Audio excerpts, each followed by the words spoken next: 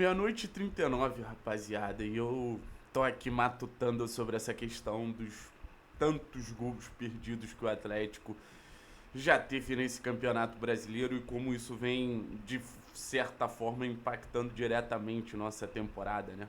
Vou até deixar a eliminação pro Londrina um pouco de lado no sentido de, putz, foi uma eliminação que também passou pelo fato da gente estar perdendo muito gol, da gente não estar conseguindo criar oportunidades, da gente não estar conseguindo criar chances.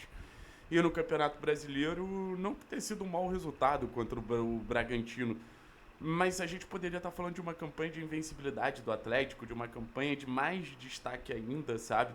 Somando pelo menos mais um ponto contra o Corinthians, 2 pontos contra o Bragantino.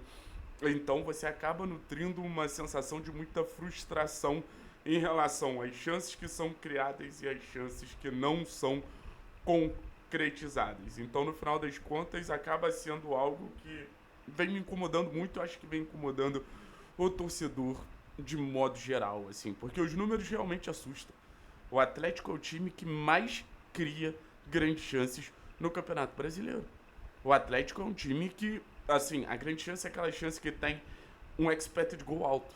O Atlético, ele bate de frente com a ciência, ele bate de frente com a expectativa. Porque era pro Atlético ter muito mais gols. E no final das contas, o Atlético perdeu 11 das 14 grandes chances que foram criadas. É assustador. É assustador. Eu sei que a gente não vai concretizar todas as chances criadas. Mas se o Atlético tivesse, de certa forma, marcado pelo menos 3 dessas 11 perdidas, a realidade do time no Campeonato Brasileiro seria outra.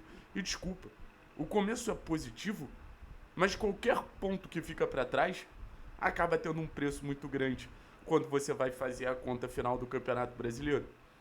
E já está tendo um preço muito grande, porque a gente já está vendo esses pontos sendo perdidos. E para aumentar o problema, a gente ainda fala do nosso principal jogador sendo talvez o jogador que vem perdendo mais grandes chances no campeonato. Talvez não, com certeza é. Já são 6 grandes chances perdidas pelo Kevin Viveiros. O Kevin Viveiros no Campeonato Brasileiro tem um expected goals de 3,50 quase ali. E ele tem um gol na competição. O Kevin Viveiros era para ter quase 4 gols na competição.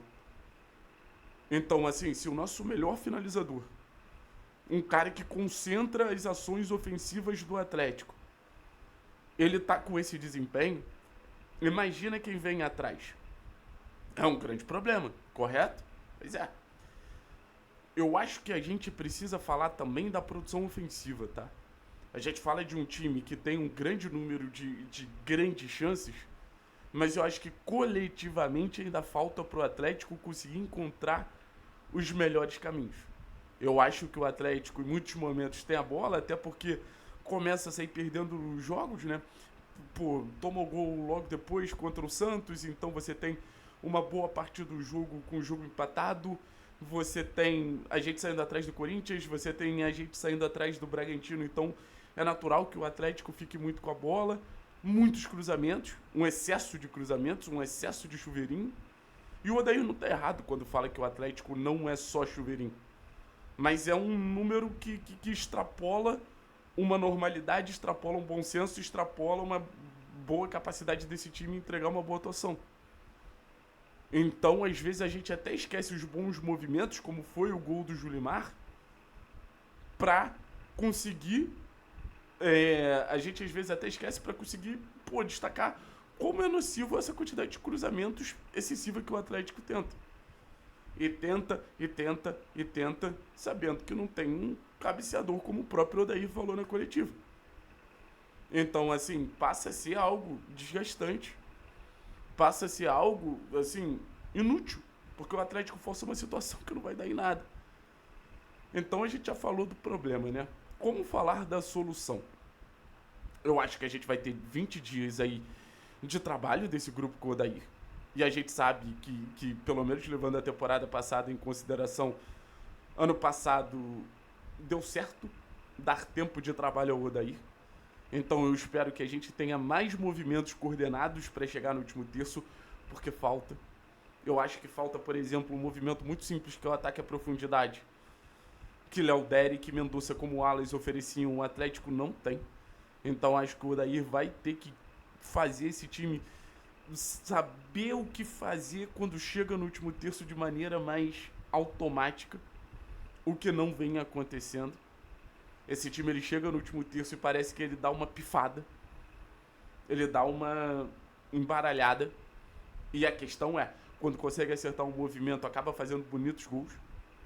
O gol contra o Santos, muito bonito. O gol contra o Corinthians, não, gol contra o Corinthians não, gol contra o Bragantino, muito bonito. Então esse time quando associa, esse time quando se junta, esse time quando cria, as coisas acontecem. E eu acho que a montagem do elenco eu acho que a montagem do ataque do Atlético tá errada, tá? Eu tentaria os jogadores que têm um pouco mais de aptidão ao gol numa faixa central.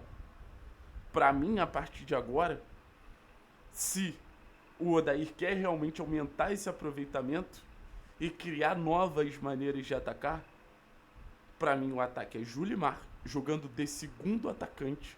Não adianta você botar o Julimar aberto. O Julimar tem uma média de 0,35 participações em gol em campeonatos brasileiros nas últimas 3 temporadas. Então é um Julimar que basicamente te entrega uma participação a cada 3 jogos. Em 4 jogos no campeonato já são 2 gols.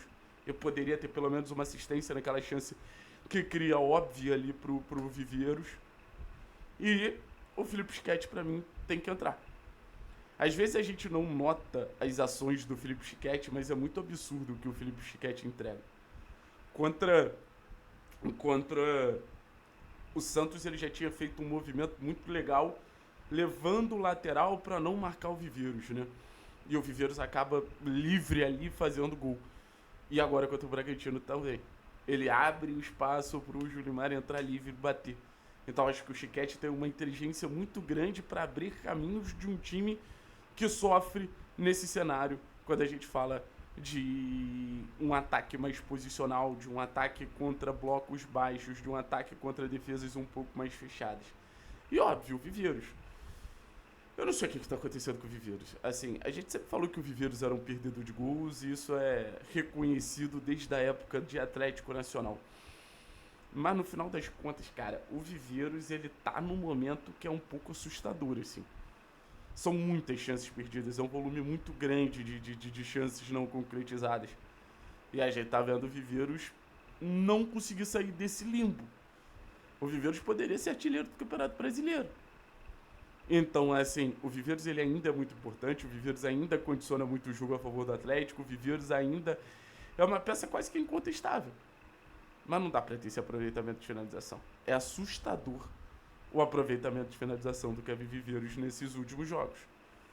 Então, assim, vai ter um tempo para esse Atlético melhorar, para esse Atlético entender melhor as peças, para esse Atlético botar a cabeça no lugar aí, para esse Atlético ser mais eficiente para conquistar mais pontos. A gente vem para uma sequência difícil, Botafogo, a gente vem para uma sequência difícil contra o Fluminense, a gente vai precisar ser muito efetivo com as chances que forem aparecendo. Valeu, pessoal. Tamo junto. Forte abraço, é nóis. Daqui a pouco tem live. Quem gostou da análise já sabe, deixa o like, conto com vocês.